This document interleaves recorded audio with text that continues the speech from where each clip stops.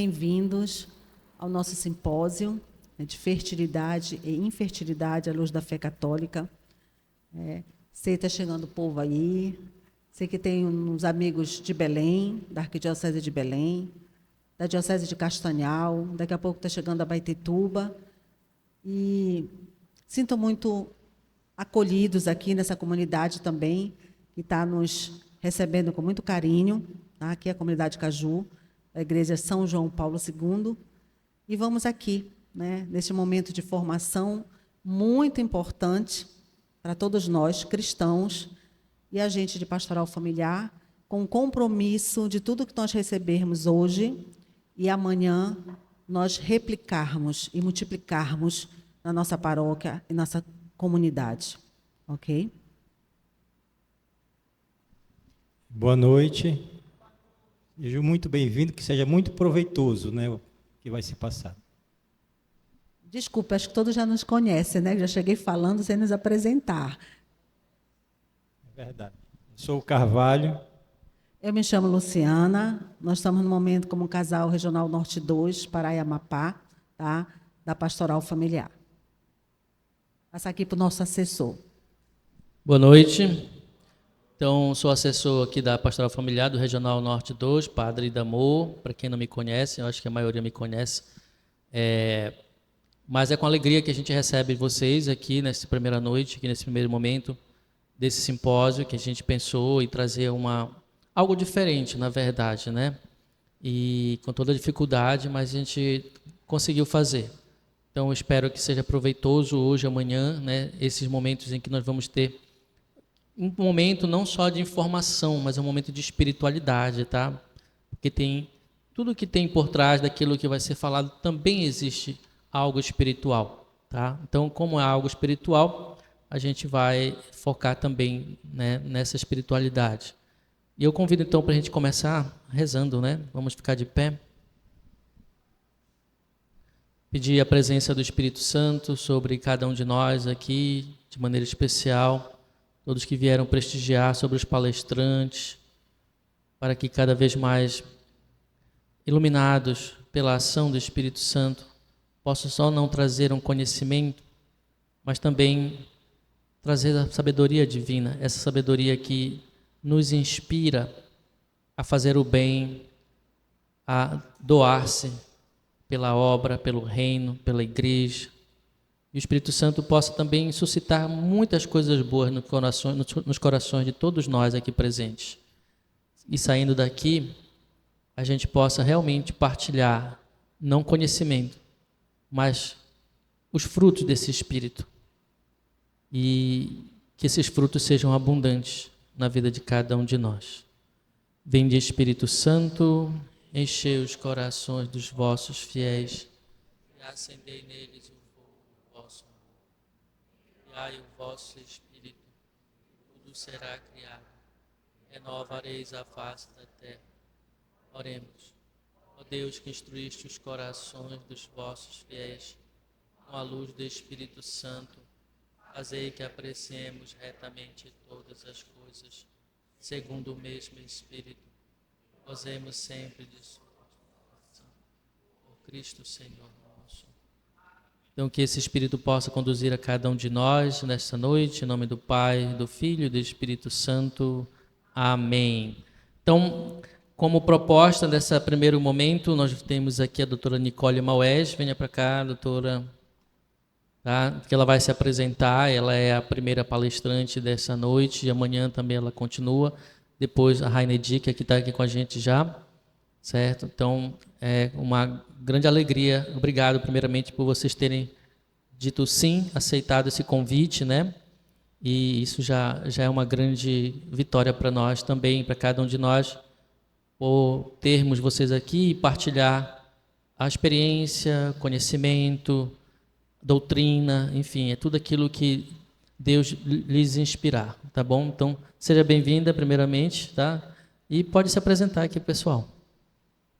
Obrigada, Padre. Obrigada a todos. É um prazer muito grande estar aqui, em especial nessa igreja, que é a igreja da comunidade Caju, minha comunidade, poder trazer um pouco também da minha experiência, né, enquanto médica. Gente, podem sentar, por favor, fiquem à vontade.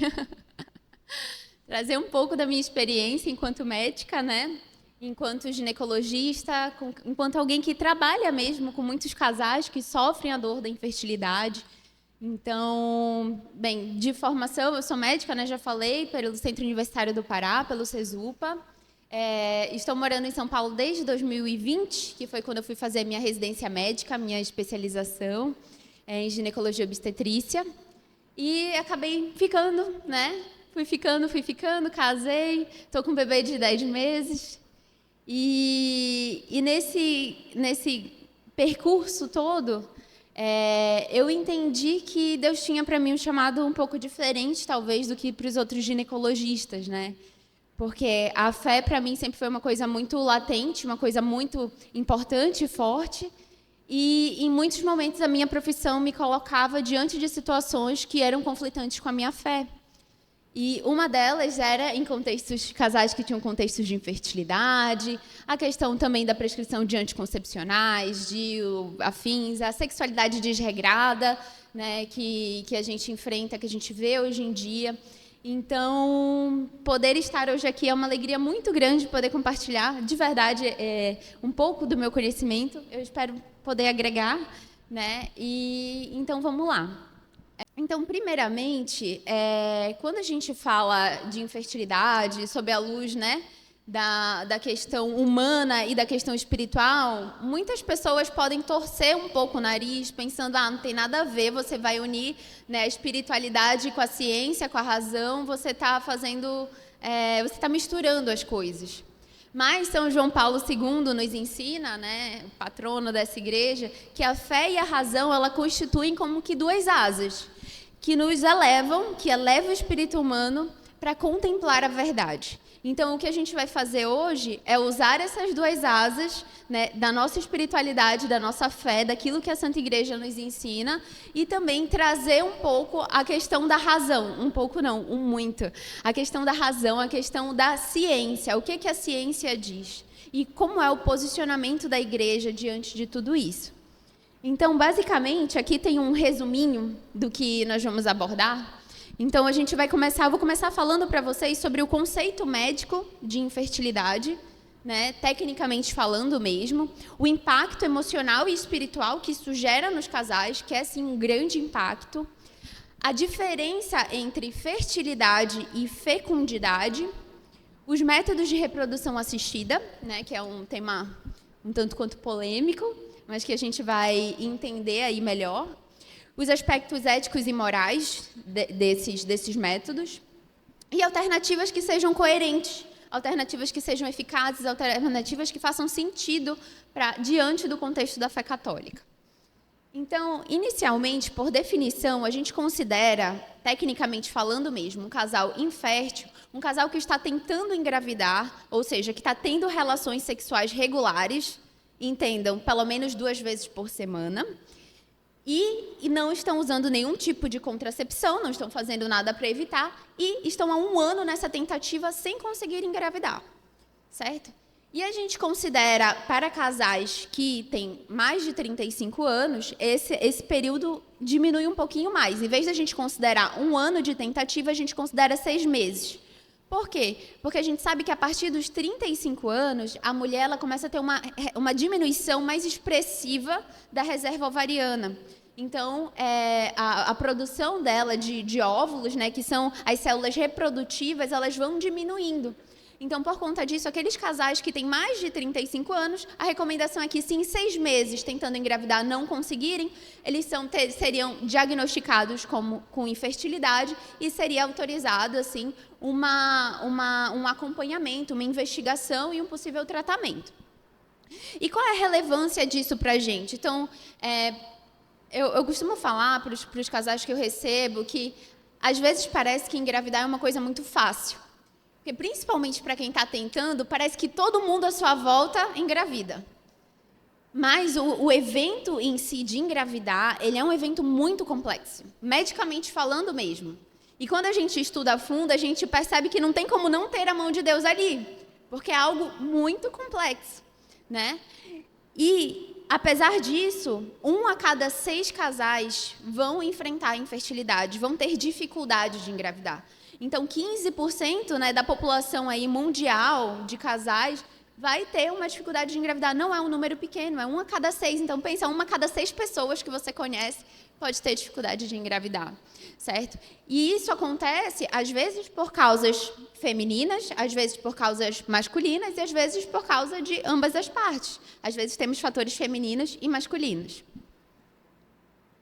E isso gera um impacto muito grande para o casal. Então, geralmente, o casal que enfrenta esse contexto, ele se sente muito frustrado, porque ele está aberto, ele quer engravidar, ele está aberto aos filhos que Deus mandar, e Deus não está mandando.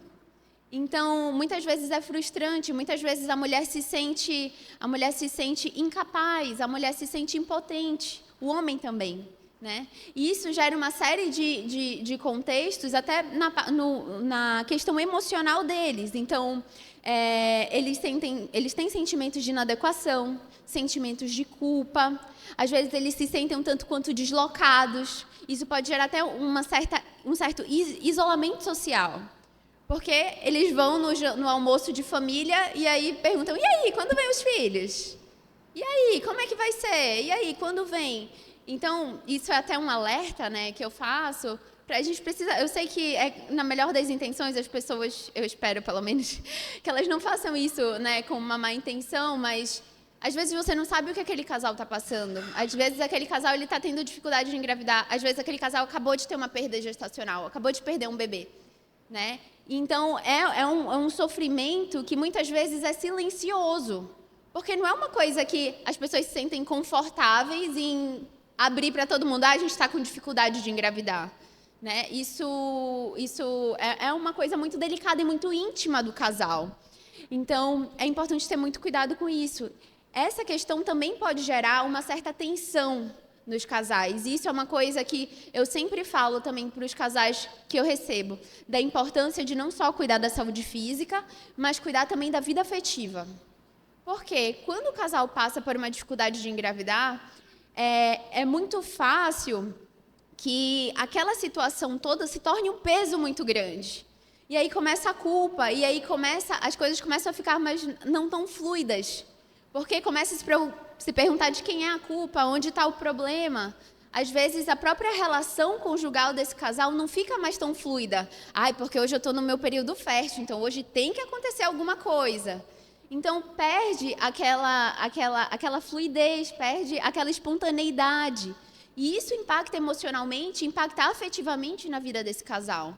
Então, tudo isso precisa ser levado em consideração. Inclusive, alguns estudos mostram, né, que o estresse vivenciado por mulheres inférteis é comparável ao de pacientes com câncer ou doenças cardíacas graves. Então, isso realmente pode gerar um impacto muito grande, né, nesses casais. E na dimensão espiritual, não é muito diferente. Eu costumo dizer que a nossa saúde, e nossa saúde geral, e aí entra também a nossa saúde reprodutiva, ela está em cima de um tripé. E esse tripé é o físico, o emocional e o espiritual, né? Então, a gente tem um tripé. Se uma das pernas do tripé não está muito boa, o tripé inteiro tende a cair. Então, é importante a gente cuidar e entender esse contexto sobre essas 3 perspectivas também, certo? Então, quando a gente tem um abalo, alguma questão de saúde, um abalo emocional, é muito fácil disso atingir também a nossa espiritualidade. É muito fácil disso fragilizar também espiritualmente os casais, gerando, por exemplo, questionamentos. O porquê que isso está acontecendo comigo? Porque justamente com a gente nós estamos abertos à vida, porque os filhos não vêm. E aí vem uma sensação de que, porque Deus não responde as minhas orações, Deus está em silêncio, né? Mas é importante a gente entender que Deus, de fato, sempre sabe o que é melhor para nós. Né? E, às vezes, o caminho que Deus tem preparado para nós, a cruz que Deus tem preparado para nós, é essa cruz. Então, é sim muito delicado, né? E isso pode abalar espiritualmente os casais, mas ao mesmo tempo pode ser também uma ferramenta de comunhão com Deus, de comunhão com Jesus, porque a partir do momento que eu abraço a minha cruz, que eu entendo que esse é um caminho árduo que eu vou ter que trilhar, eu estou também me aproximando da cruz, eu estou aos pés de Jesus. Porque ele viveu o maior dos sofrimentos, ele viveu ele abraçou todos os nossos sofrimentos. Então é muito importante a gente tentar mudar a perspectiva. Não porque Deus não me ouve, Deus está ouvindo, mas às vezes o plano dele é diferente do seu. Então, você vai ficar brigando com esses planos ou você vai acolher, se fortalecer na fé e seguir, né? E tem muita coisa que a gente pode fazer diante desse contexto. E é o que eu vou falar, né, agora um pouquinho mais para frente. E uma coisa muito importante também é a gente entender a diferença de fertilidade e de fecundidade. Então, quando a gente fala de fertilidade, a gente está falando mais daquela questão biológica mesmo, né? Da capacidade do casal engravidar, da capacidade do casal gerar uma vida, gerar um filho. Mas já a fecundidade, ela vai englobar algo além. Ela vai considerar também a questão da abertura à vida e a dimensão espiritual como um todo. Então, um casal ou uma pessoa que é fecunda é uma pessoa que gera frutos, né? Então, quando o casal ele sobe no altar, né, e nós temos a celebração do matrimônio, o padre pergunta, né, se vocês estão abertos às vidas que Deus enviar, né?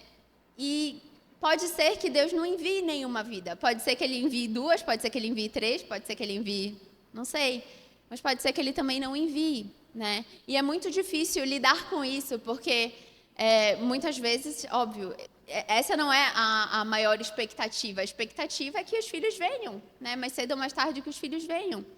Então, ser fecundo é estar aberto a todas as dimensões que isso oferece. Ou seja, ser fecundo é fazer o bem. Ser fecundo é gerar frutos onde você está. Então, é gerar frutos na sua comunidade, é gerar frutos nos seus familiares, é gerar frutos no seu meio de trabalho. Isso é a fecundidade, que é diferente da fertilidade. Então, essa fecundidade ela pode ser vivida de outras formas. E a infertilidade nunca vai anular a vocação ao amor fecundo. Então, todos nós temos essa vocação. A vocação para amar, a vocação de sermos fecundos no amor. E isso é independente da capacidade biológica de gerar uma vida.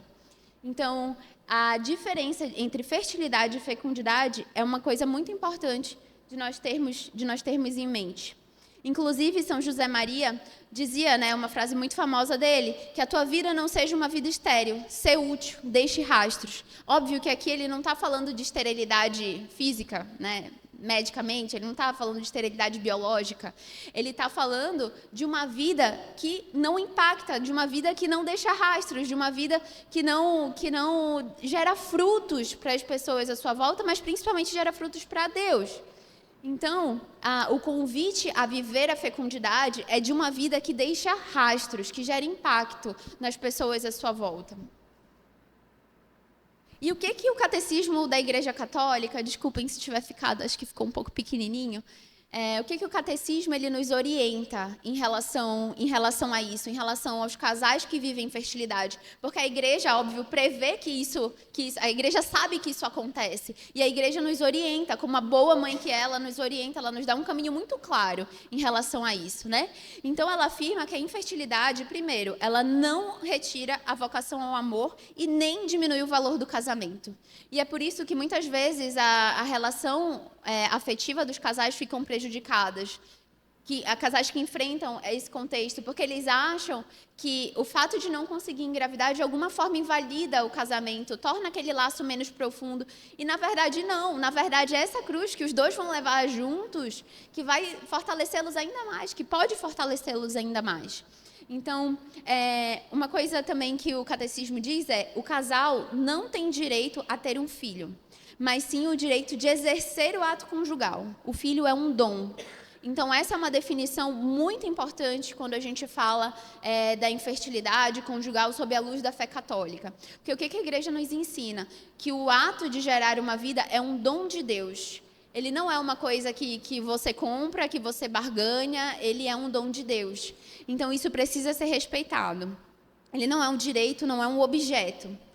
Então, é moralmente louvável, né, buscar tratamentos que respeitem a dignidade humana, buscar tratamentos, buscar uma investigação, buscar um tratamento. Não é tipo, eu tive o diagnóstico de infertilidade, então é isso aí, não tem nada que eu possa fazer. Não, é super digno e louvável que você investigue, que você entenda por que a gente não está conseguindo engravidar, né? O que está acontecendo? Mas, a partir do momento em que alguns tratamentos são propostos, é preciso entender se aquilo está de acordo, se aquilo está sendo coerente ou não com a sua fé, né? Então, o catecismo, ele encoraja tratamentos médicos, né, que são moralmente lícitos, ou seja, aqueles que valorizam o corpo do casal, respeitam a união conjugal, que assistem à fertilidade natural e que não substituem um ato conjugal. Certo? Isso é muito importante. Por quê? Porque o ato conjugal, ele tem a função unitiva e procriativa. O ato conjugal, ele tem a função, sim, de procriação, né? Mas também de união desse casal. Então, você não pode simplesmente excluir e fazer a vida acontecer no laboratório, né? E é um pouco disso que a gente vai falar agora mais para frente. Então, as técnicas que visam remover obstáculos à fertilidade são lícitas. Então, se eu sei que eu tenho uma doença que impacta na minha fertilidade, é lícito eu tratar essa doença, é lícito, sei lá, eu fazer uma cirurgia, eu fazer um tratamento específico, né, que respeite o meu corpo. Então, isso é lícito. Mas o problema é que quando esses casais católicos, ou não, né, que vão procurar um médico, um ginecologista, né, com essa demanda, muitas vezes eles são encaminhados para fertilização in vitro, para reprodução humana, reprodução assistida. E a igreja é muito, muito clara quando ela diz que esse não seria um caminho lícito. E agora a gente vai entender melhor, eu queria explicar um pouquinho para vocês o porquê que a igreja considera ilícito a reprodução assistida, o motivo, né? Primeiro entender o que é, como funciona, né, esses procedimentos, e depois vai ficar muito mais claro de entender o posicionamento da igreja diante dos princípios católicos. Então, assim, a gente tem alguns métodos de reprodução assistida, né? Um deles é a inseminação artificial. Então, o que é a inseminação artificial? É quando o espermatozoide, ele é coletado, obviamente, fora do ato conjugal, através da masturbação. Ele é processado no laboratório e, quando a mulher está ali próximo do período fértil, ele é injetado dentro do útero da mulher. Então, esse procedimento, hoje em dia, ele não é mais tão feito. Por quê? Porque a taxa de sucesso dele é entre 10% a 20% por ciclo. Então, ele não é considerado tão efetivo. Mas, doutora Nicole, Mas, assim, a fecundação ela vai acontecer de forma natural, ela vai acontecer dentro do corpo da mulher. Por que não é lícito? Porque a inseminação intrauterina ela exclui o ato conjugal. A forma do espermatozoide chegar lá dentro não foi através da relação sexual, da relação conjugal, foi através do médico que implantou o espermatozoide lá dentro. Então, por conta disso, a inseminação intrauterina ela não é considerada lícita pela Igreja Católica. E aí nós temos a fertilização in vitro propriamente dita, né? Então, a fertilização in vitro, a gente vai ter tanto os óvulos quanto os espermatozoides coletados, que vão ser processados, né, no laboratório, e eles dois, em algum momento, vão ser unidos ali no laboratório para que haja a fecundação e a formação ali da vida. Certo? Então, mais uma vez, a gente está excluindo o ato conjugal e a gente está também excluindo ali aquela dignidade daquela vida, né, que está sendo criada a nível de laboratório. E tem uma outra técnica que é, inclusive, um pouco mais atual, que é feita principalmente quando os espermatozoides, quando a parte masculina não está tão boa, que é a injeção intracitoplasmática de espermatozoide. É o que a gente está vendo aqui nessa foto, nessa imagem, né? Então, é feita o espermatozoide, ele é literalmente injetado com uma seringa, com uma agulha, dentro do óvulo.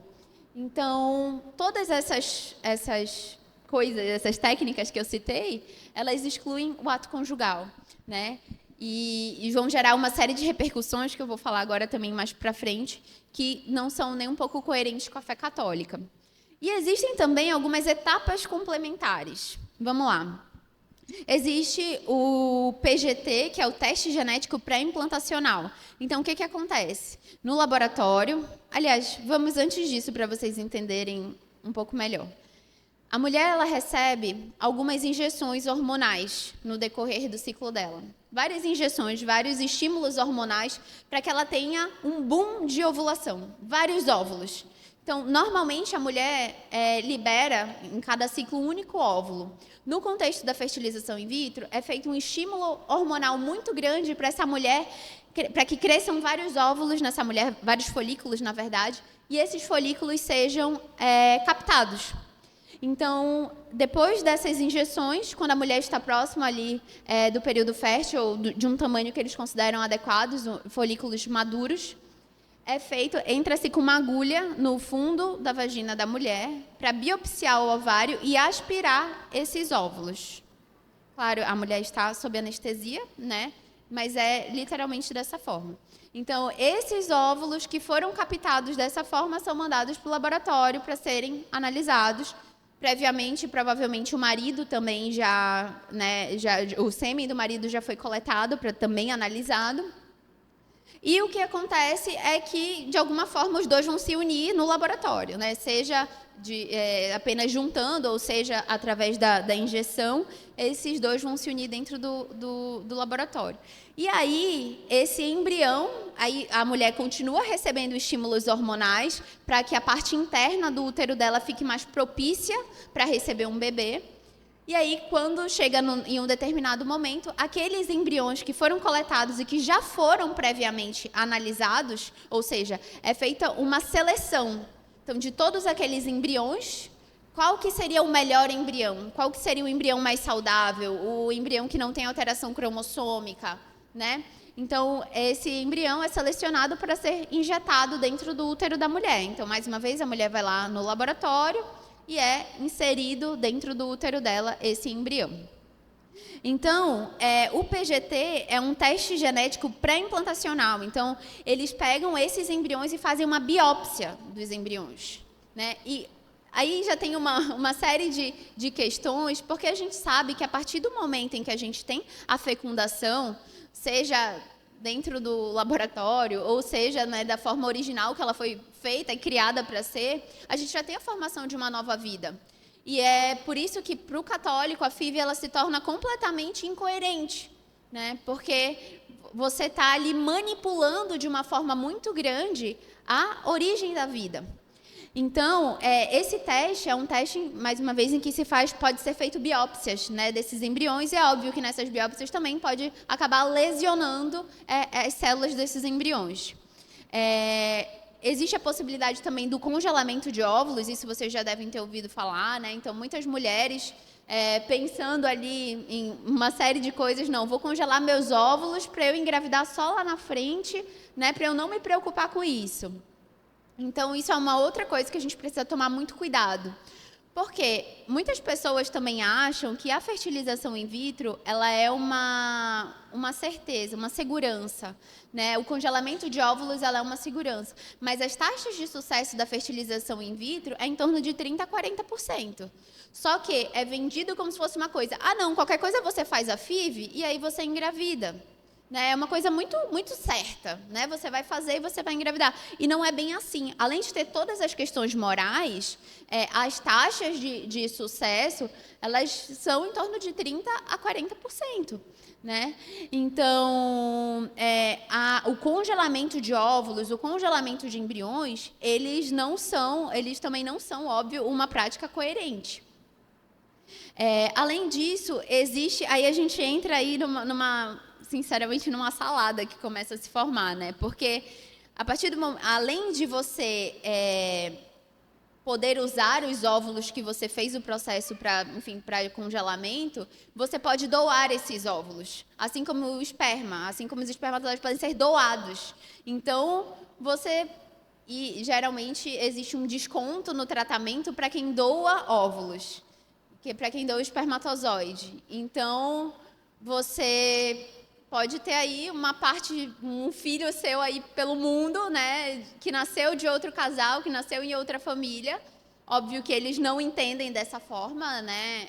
Eles não entendem que a vida começa no momento da fecundação e é possível, e é por isso que tudo é feito do jeito que é.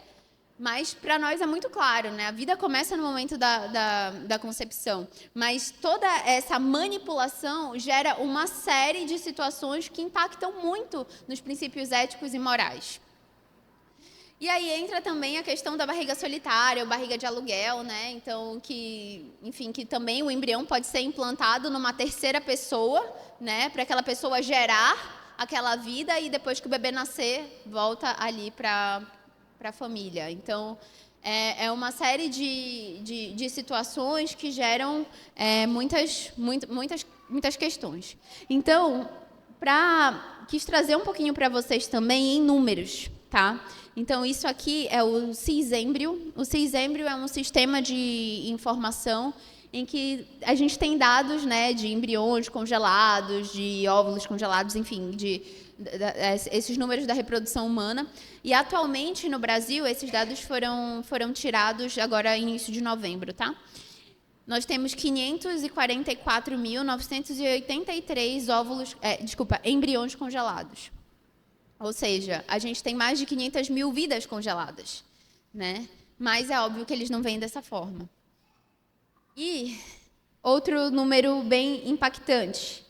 Aqui a gente tem a quantidade de embriões transferidos e a quantidade de embriões descartados.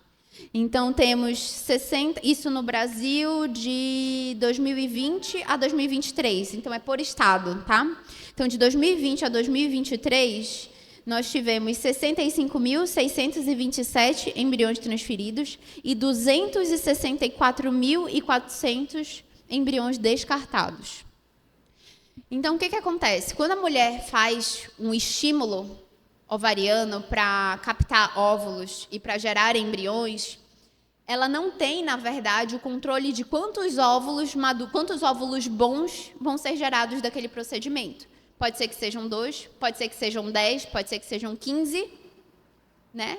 Pode ser, a gente não tem como saber exatamente o número, porque cada corpo reage de uma forma. Então, às vezes, um estímulo que para uma mulher gerou 2 óvulos, que ela conseguiu coletar no laboratório, para outra mulher foi um estímulo que gerou 12 óvulos. E aí, muitas vezes, para melhorar as chances, o que eles fazem? Fecundam todos os 12 óvulos.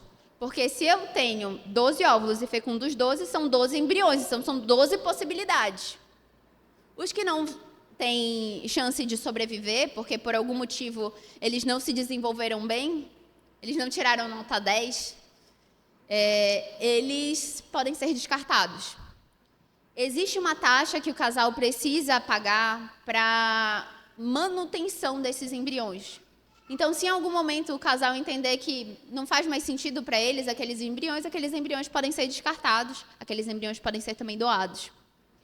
Então, existe uma manipulação muito grande, né? E para quem é católico e para quem entende minimamente que a vida começa no momento da concepção da fecundação, é muito fácil de enxergar o porquê que a igreja, do posicionamento da igreja.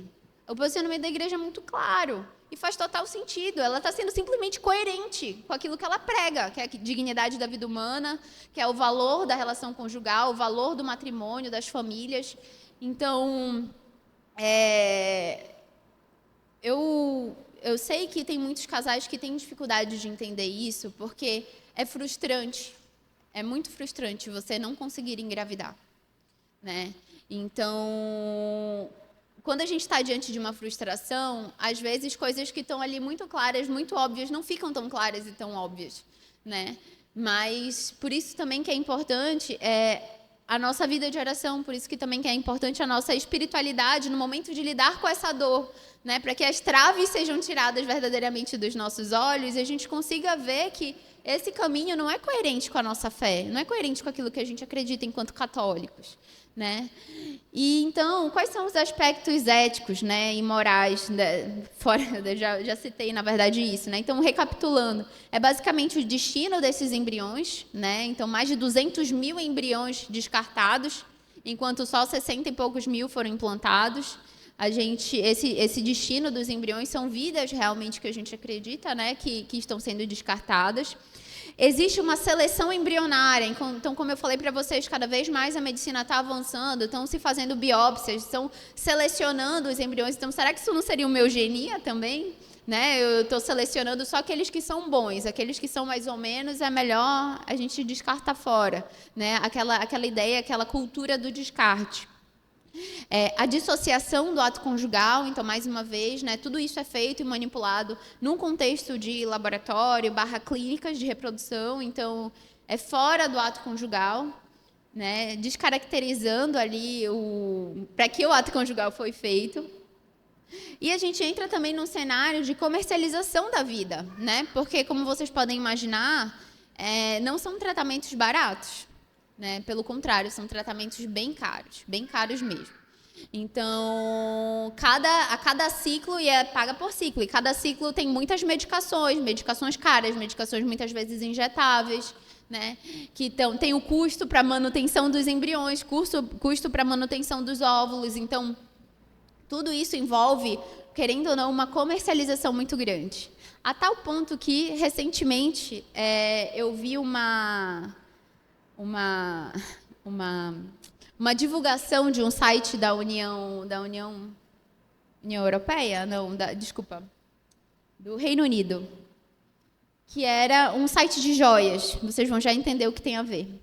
Então, aqui, ficou bem pequenininho, eu vou ler para vocês. Então, basicamente, esse é um site de joias. No primeiro momento, você acha que é uma coisa super, né, normal. E ele fala assim, vou traduzido para o português, tá? A Blossom Keepsake, que é o nome lá da joalheria, é especialista na criação de joias belas, projetadas para serem valorizadas por gerações. Cada peça é feita à mão, transformando leite materno, cinzas, cordão umbilical, embrião, placenta e cabelo em pedras únicas para criar heranças modernas. Então, assim, gente, estão usando embrião até para fazer joia, entendeu? É esse ponto que nós chegamos. Então, a gente chegou num ponto em que a gente tem uma desvalorização completa da vida, né? Porque aquilo é um acessório, aquilo é um objeto, aquilo é um bem de consumo, é o meu direito, né? É o meu embrião. Então, assim, a gente tem que tomar muito cuidado, porque é daí para a ladeira abaixo que a gente está indo.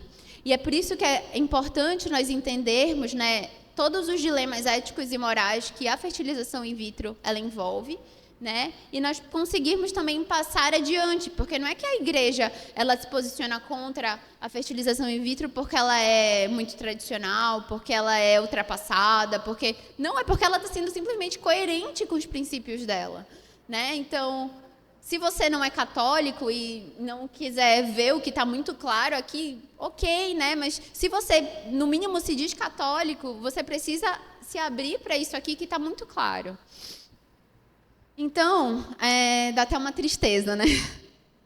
Quando a gente olha os números, quando a gente olha essa realidade.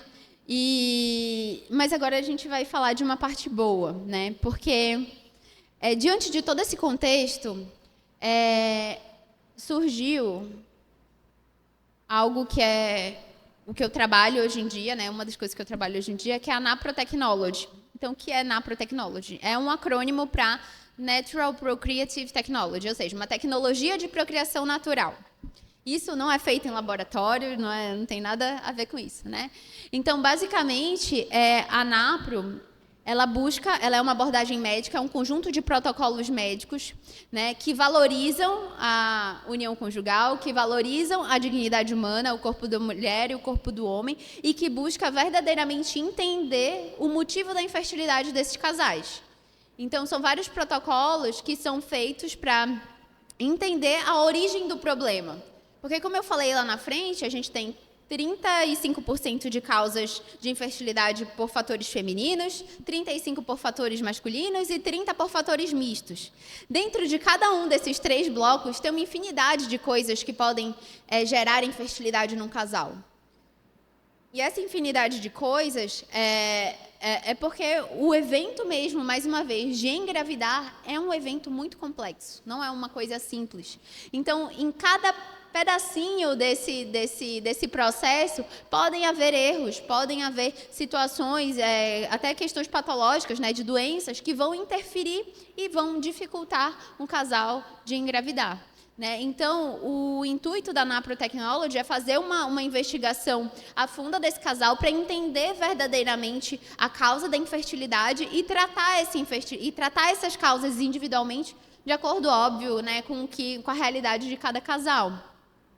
Então, medicamente falando, ela consegue sim dar diagnósticos muito precisos, né, consegue dar um tratamento direcionado também, de acordo, mais uma vez, com a individualidade de cada casal, e ela respeita a vida, né? Ela não manipula a vida.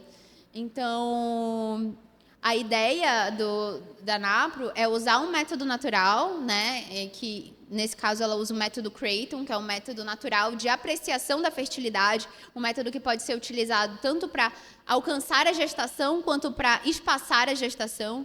Ele é semelhante ao método Billings, tá? Não é igual, não é a mesma coisa, mas ele é semelhante em alguns aspectos. Então, a Napro, ela utiliza esse método natural, esse mapeamento do ciclo da mulher, para entender, né, melhor o que está acontecendo, solicitado alguns exames também específicos, de acordo com cada caso, né, para propor um tratamento individualizado para aquele casal.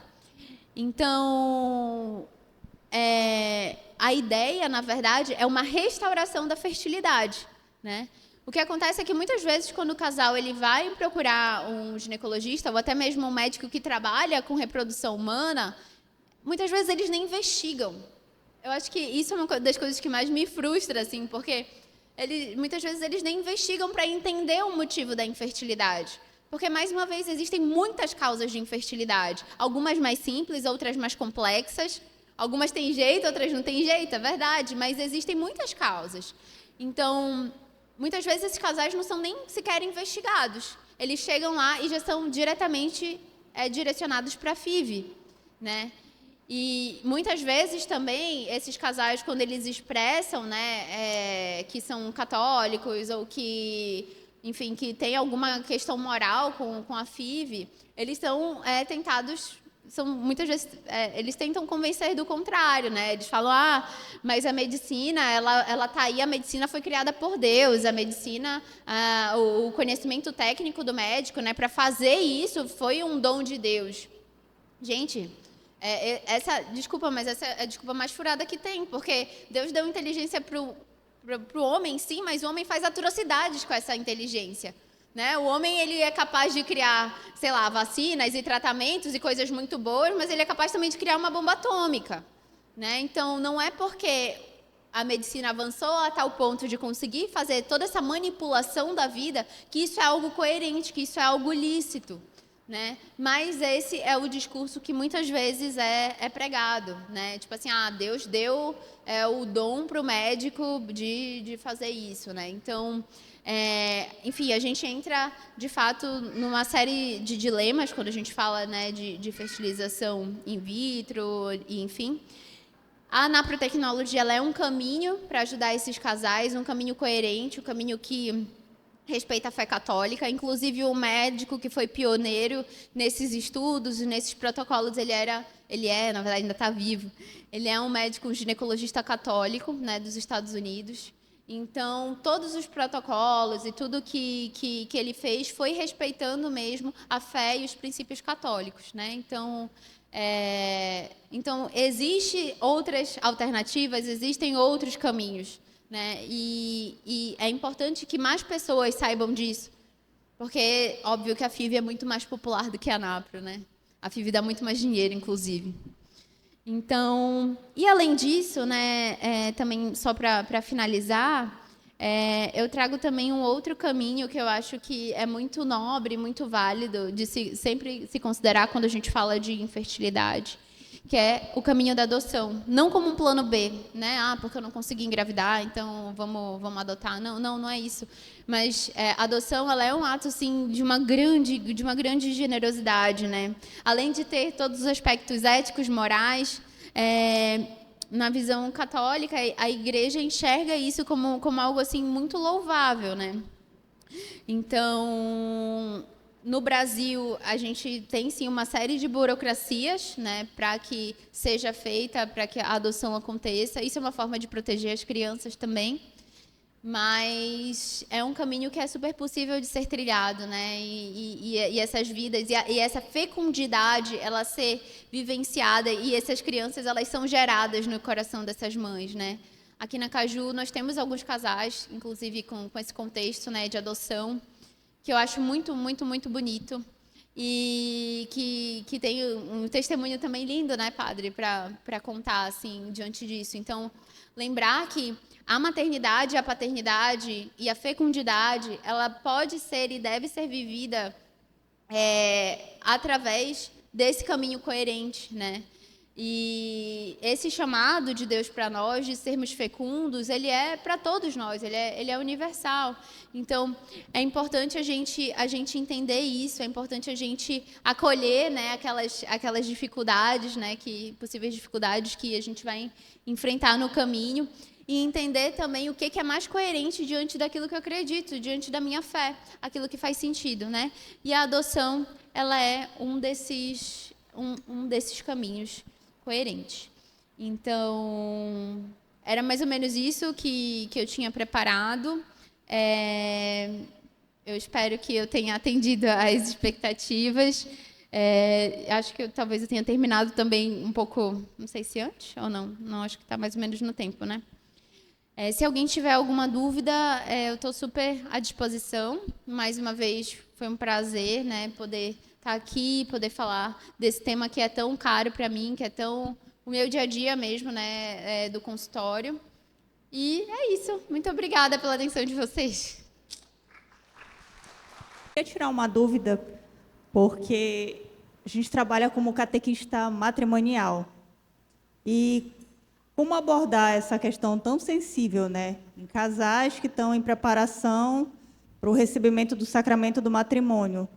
E a gente sabe que algumas situações, quando esse casal vai se deparar com a questão da infertilidade, às vezes são motivos de separação, né, pós-sacramento. Como isso deve ser abordado com esses casais, né? Como isso deve ser explicado? Porque, assim como tem casais inférteis, tem casais que decidem não ter mais filhos, né? Fazem algum tipo, não sei se isso vai ser abordado aqui, né?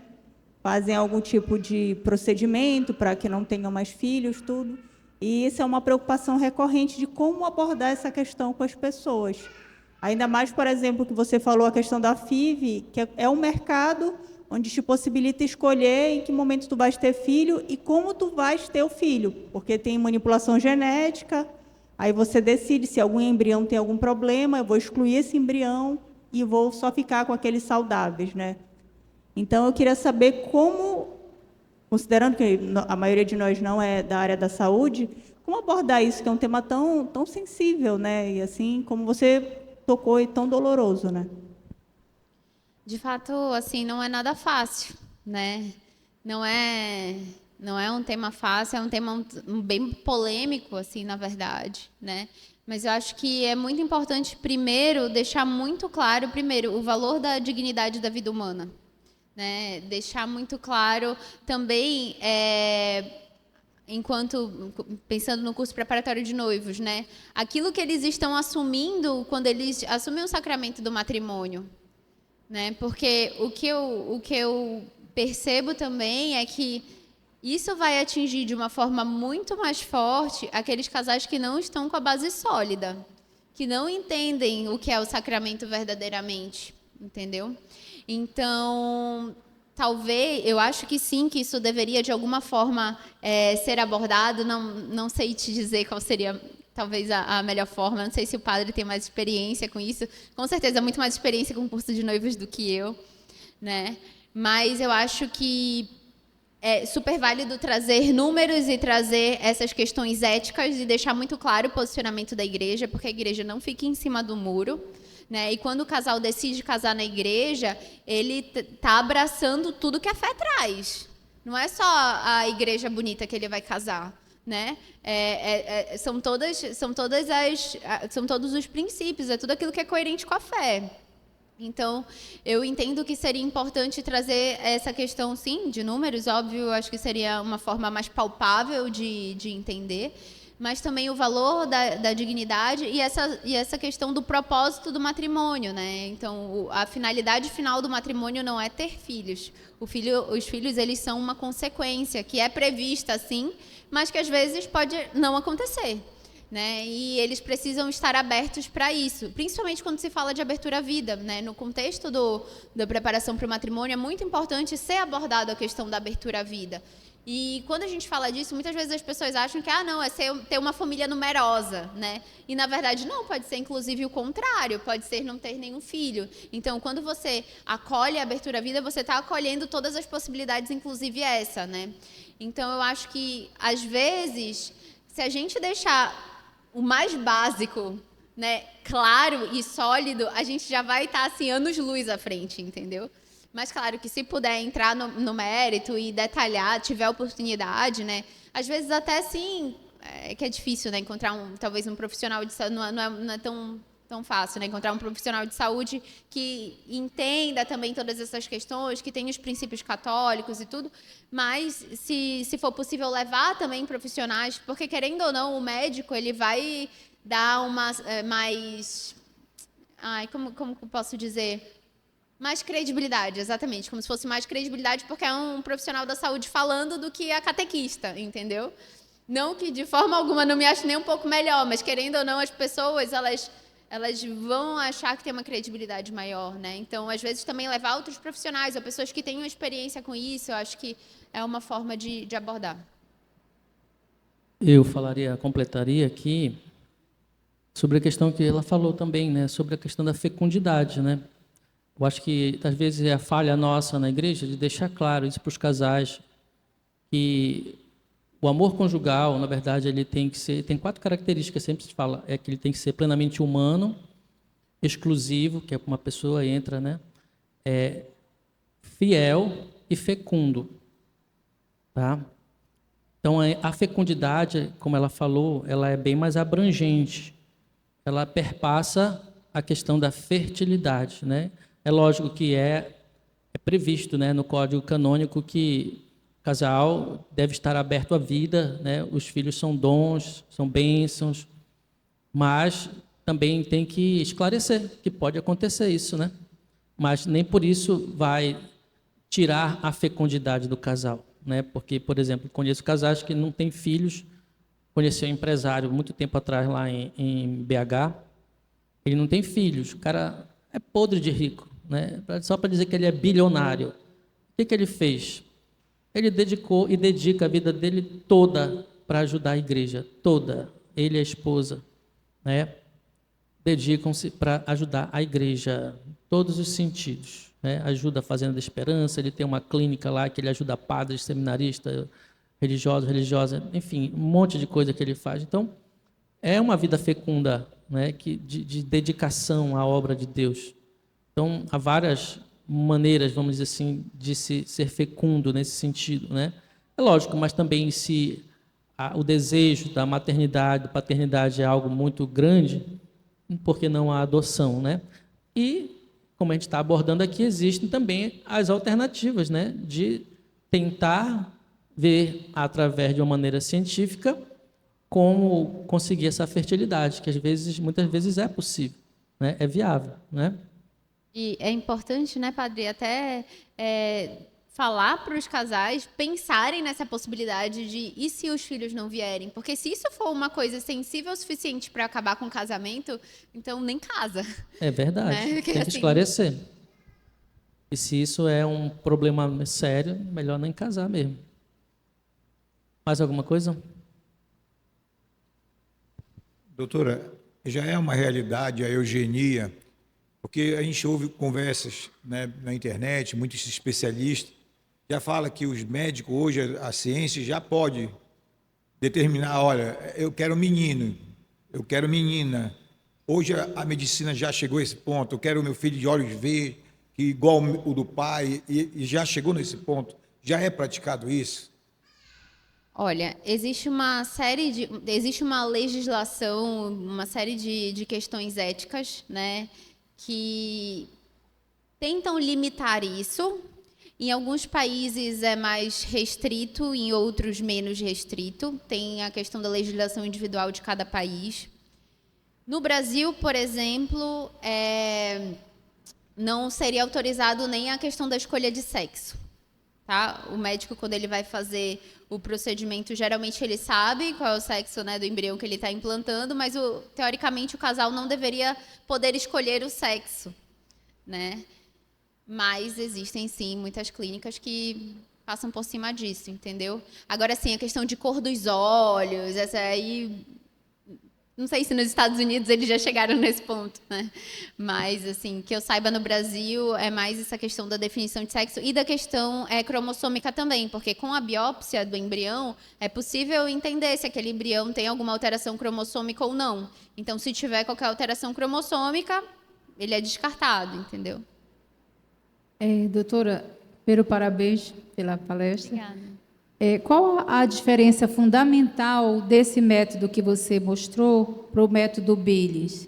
Qual é a diferença assim, fundamental, só para a gente conseguir captar? Mas, assim, basicamente, tanto o Creighton quanto o Billings, eles são métodos que vão se basear na percepção do muco, né? Eles são métodos em que a mulher vai se observar diariamente, são métodos que propõem um maior autoconhecimento da mulher e propõem também um mapeamento do ciclo, digamos assim, através de uma planilha, né, e tudo. O método Creighton, ele tem algumas padronizações a mais em relação ao Billings, tá? Não que ele seja melhor, mas ele é mais padronizado. Então, por exemplo... no método Billings, a mulher ela tem que registrar aquilo que ela vê no muco, né, e as sensações vulvares. Então, se ela está se sentindo escorregadia, molhada, seca, ela usa com as palavras dela, né? Certo, Rainedi? Rainedi está ali atrás. Já no Creighton, existe uma padronização em relação aos termos que você usa para fazer esse registro. Então, todos os tipos de muco, existe uma sigla para cada observação que você pode ter, que você vai usar. É como se tivesse criado ali um novo alfabeto, e esse alfabeto ele é usado. Então, existe uma padronização maior, né? Porque justamente no intuito de talvez deixar o método mais acurado e também no intuito de que se um médico, sei lá, se eu receber uma paciente que está morando lá na China, eu consigo interpretar a planilha dela da mesma forma de uma paciente que está no Brasil, porque é a mesma linguagem que está sendo utilizada, entendeu? E os estudos da NAPRO, eles foram feitos utilizando o método Creighton. Né? Então, a NAPRO ela só pode ser aplicada em cima do método Creighton, né? Existem muitos médicos e existem muitos protocolos médicos mesmo que podem ser utilizados usando o método Billings, né? Porque o método Billings ele ajuda também igualmente a identificar ali o período fértil, né? A primeira e a segunda fase do ciclo, mas para a aplicabilidade da NAPRO, como todos os estudos foram feitos em cima de pacientes que usavam o método Creighton, a recomendação é que a NAPRO seja aplicada apenas em cima do método Creighton, entendeu? Então, acho que esses talvez sejam os pontos assim mais principais. Só recordando aqui quando eu falava de eugenia, que eu vi algum tempo atrás, que alguns países na Europa eles já têm realmente, a eugenia ela é praticada, como a Islândia, que eu soube, que eu li, não nascem mais pessoas com síndrome de Down. Né? Por quê? Por causa desse mapeamento genético, né? Que é possível já no embrião, e aí tem problema no cromossomo, descarta. Né? E falando também, agora que ela falava aqui sobre essa questão da FIV, né, da questão da produção de embriões, né, é outro grande problema ético, né? O que fazer com os embriões que estão congelados? Não existe uma solução, na verdade. A igreja não tem uma resposta para isso, porque primeiro não era para ter sido produzido, segundo não era para ter sido congelado, terceiro o que fazer, né? Que geralmente eles ficam lá. E aí, eticamente vai fazer o quê? Bora implantar todo mundo? É essa a solução? Não sei, né? Aí é um debate ético, moral por trás dessa coisa toda. E outra questão, eu vi uma vez um documentário nos Estados Unidos, há anos atrás, já existia esse documentário, era do comércio, né, das clínicas de reprodução assistida, que alguns casos de casais que não conseguem produzir óvulos, no caso a mulher não consegue produzir óvulos, eles compram de terceiros, né? E virou um comércio muito grande, ao ponto que as clínicas, elas colocam anúncios nas universidades para as garotas, né? Então eles colocam lá um anúncio, olha, oferecendo $10.000, né, de recompensa lá para as meninas que doarem óvulos. É bem tentador, porque as meninas, sabe, a universidade americana é paga, né? Então a molecada está precisando de dinheiro mesmo, aí elas vão atrás disso. Aí, assim, às vezes a clínica está lá do outro lado dos Estados Unidos, mas eles mandam a droga que é para fazer a estimulação do ovário, para produzir folículo. Aí, quando chega no certo dia, eles mandam a passagem para ela ir lá na clínica fazer essa retirada. Só que não é divulgado, mas esse documentário ele mostrou muitos problemas que isso traz, né, para as jovens, problemas sérios, né, até de jovem que perdeu a vida por causa disso, por causa dessa estimulação com drogas, né, que não é normal, mas uma hiperestimulação, né, do ovário para produzir vários óvulos. Isso traz meninas que depois adquiriram câncer e outras doenças, ficaram inférteis por resto da vida por causa dessa brincadeira, né? Brincadeira séria. Mas, enfim, é um comércio. E tem gente que paga muito caro por isso. Sem falar que quem faz FIV também, às vezes, como ela falou, que a porcentagem é baixa, não consegue no primeiro ciclo, não consegue no segundo ciclo, não consegue no terceiro ciclo. Isso causa ansiedade, um estresse financeiro muito grande também, né? Porque é caro. Eu não sei quanto é que está o procedimento agora, mas é caro, né? Primeiro, agradecer, doutora, tá? Foi maravilhosa essa explanação. E eu tenho uma dúvida aqui, né? Eu sou leiga na parte de saúde. A gente vê muitos casos, né, nas mídias de gravidez de quádruplo, de quíntuplo, né? Isso seria a inseminação artificial, que fecundou os 4 ou 5 óvulos, né? E a mãe aceitou. Isso, no caso, inseriu os óvulos no útero dessa mãezinha. E, não, mas eu não quero os 4 ou 5, eu quero só 1, eu quero só 2. E aí, qual é o procedimento, no caso do médico, numa situação dessa? Assim, um dos riscos, na verdade, da FIV, né, é gestação múltipla, tá? E todo mundo acha, né, ter gêmeos é muito, muito bonitinho, é muito fofo. Gente, gêmeos são fofos, mas é uma gestação de alto risco, tá? Então, imagina trigêmeos, quadrigêmeos e por aí vai, né? Então, o que acontece? Na verdade, existe uma limitação. Teoricamente, se a mulher chega na clínica e diz assim, eu quero implantar 4 embriões de uma vez só porque eu quero ter 4 de uma vez, que eu lembre, porque assim, essa legislação ela muda com uma certa frequência, tá? Às vezes ela vira um pouco mais conservadora, às vezes ela vira um pouco mais pode fazer tudo. Então, sinceramente, eu não sei como está agora, mas até onde eu lembro, você só pode implantar, se eu não me engano, até 2 embriões de uma vez. Só que o que pode acontecer? Depois que você implanta o embrião, ele pode se dividir, entendeu? Então, você implantou só 2, mas o embrião se dividiu e aí formou mais 2. Tipo, um embrião deu gêmeos, entendeu? Gêmeos idênticos. E aí, uma gestação que era para ser só de 1 ou 2 se tornou uma gestação de 3 ou mais, entendeu? Então, isso pode acontecer. Não tem o quê? Se a mãe não... Se ela já está grávida, com os 4 implantados, não tem muito o que fazer, porque... o que eles fazem também é a tal da redução embrionária, né? Que é chamada redução, é um nome bonito para dizer, olha, vamos tirar 2, matar 2, aí que fica 2, entendeu? É que, assim, é muito difícil, ainda mais dependendo, né, do tipo de gestação múltipla, você ir lá e abortar só um, entendeu? Porque é complicado você fazer isso sem prejudicar os outros. Então, entendeu? Então, geralmente, Tinha E muitas vezes também essas gestações elas acabam não evoluindo muito, né? Porque ou os bebês nascem muito prematuros e, enfim, então é um contexto bem complicado mesmo. Eu vi um caso nos Estados Unidos, era um reality show, na verdade. Um casal, ele resolveu ter filhos, né? Fizeram FIV, com certeza. E aí tiveram sextuplos, né? Os 6 embriões fixaram no útero. Eles levaram em frente a gravidez, né?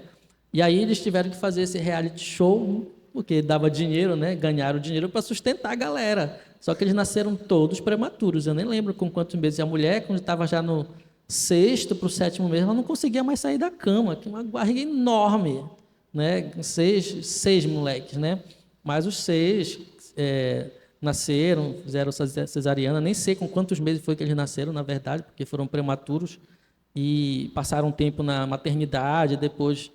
E aí a história toda é como é o dia a dia do casal para cuidar daqueles 6, né? Então eles ganharam dinheiro com isso aí, para sustentar a galera. Mas enfim, era um reality show, mas que a gente vai olhar a origem da coisa, aí já foge a nossa ética, né? Mais alguém? Boa noite a todos. Parabéns, Nicole, pela sua palestra.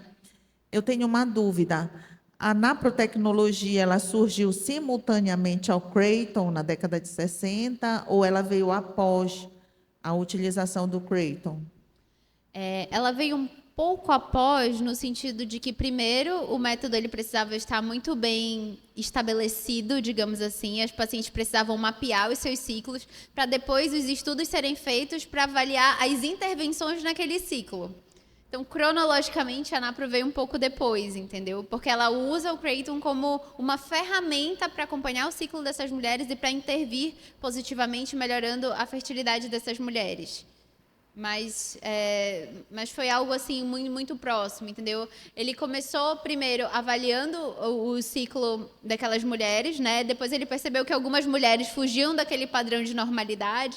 Aí ele começou a investigar essas mulheres que fugiam do padrão de normalidade, associar com as patologias que elas tinham, enfim. E aí nisso foi decorrendo os estudos e foi criando-se ali todos os protocolos de intervenção que nós temos hoje, né? Então a gente tem o livro, né? A gente chama de Black Book, que é porque é um livro todo preto mesmo, e ele tem essa grossura, assim, mais ou menos. Então, realmente tem muito protocolo, muita coisa, desde de protocolos da parte cirúrgica, quanto protocolos clínicos mesmo, né? Mas veio, sim, depois que o Creighton já estava bem estabelecido. A naprotecnologia, ela é utilizada como uma ciência, levantando os dados dos estudos, publicando, ou só mesmo em nível médico, só como intervenção e busca dos resultados de gestações naturais? Então, isso é um outro tema que, sim, é baseado em ciência, né? Óbvio, em estudos, só que não são todos os médicos que trabalham com a naprotecnologia que fazem estudos, né?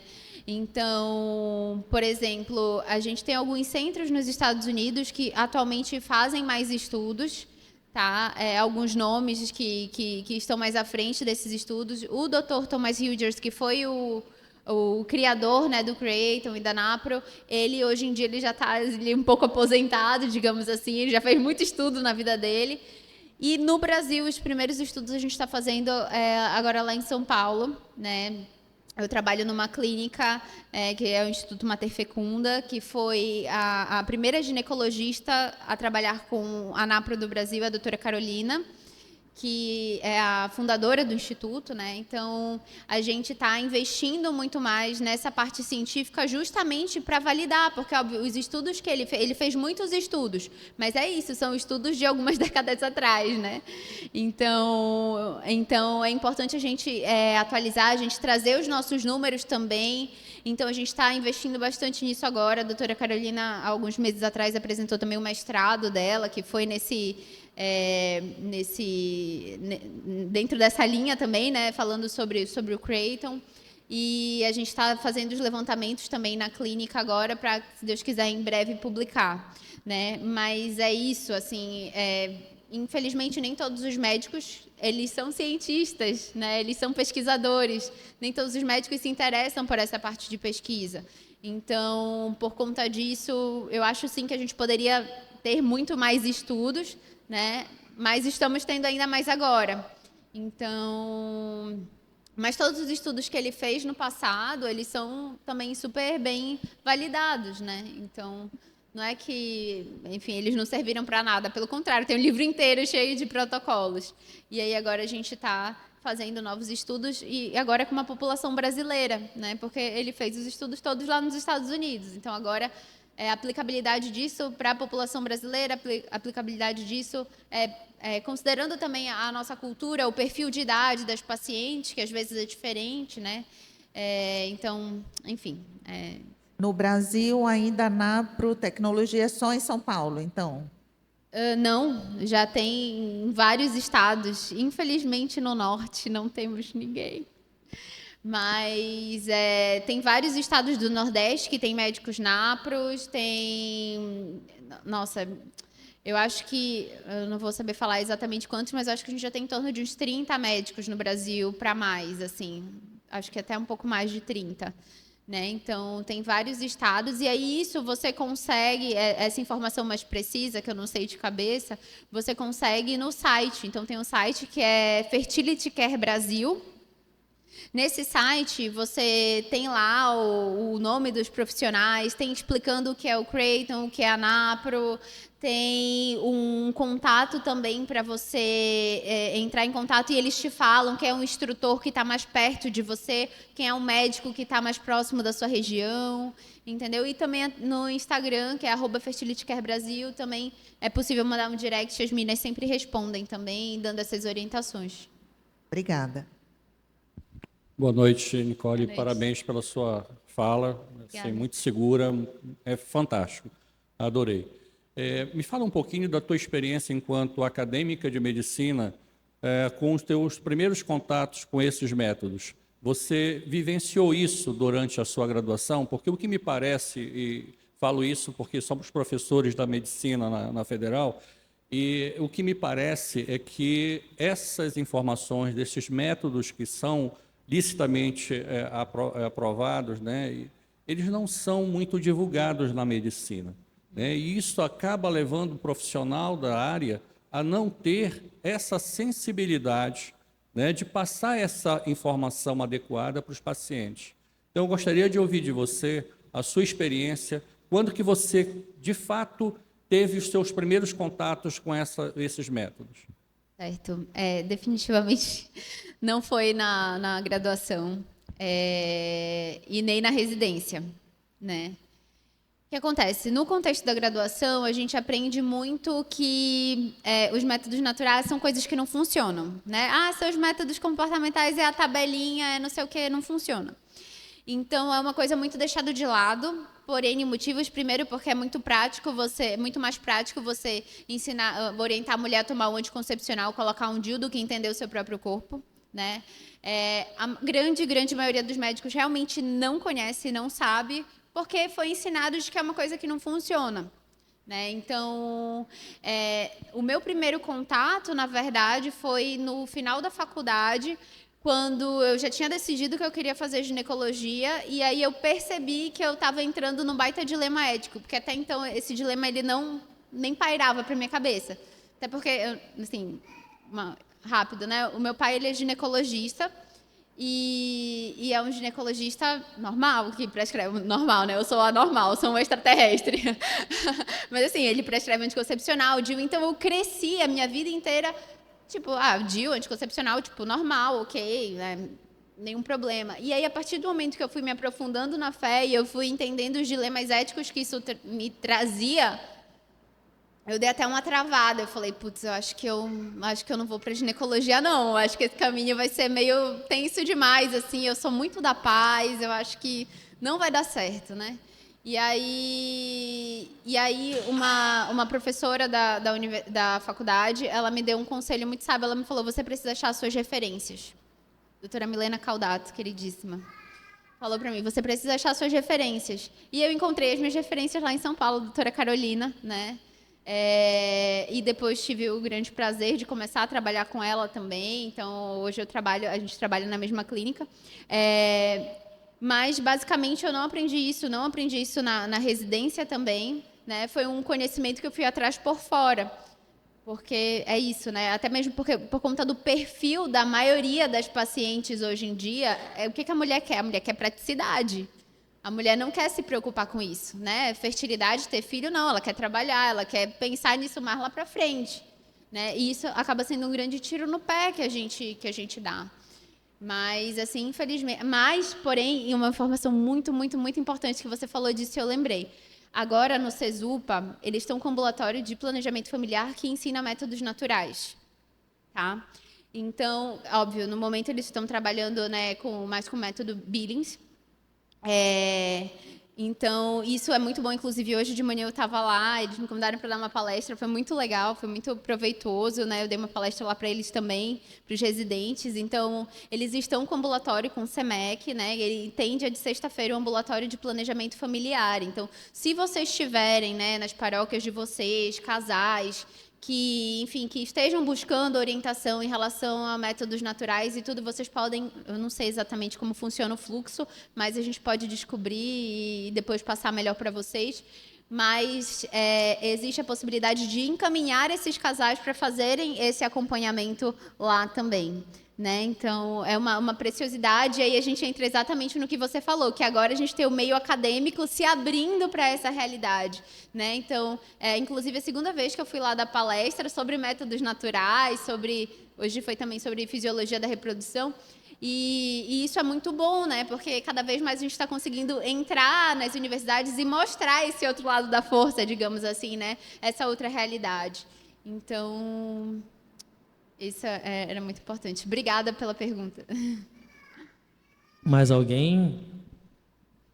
Ótimo. Muito obrigado, tá, doutora Nicole, pela essa noite, por esse momento.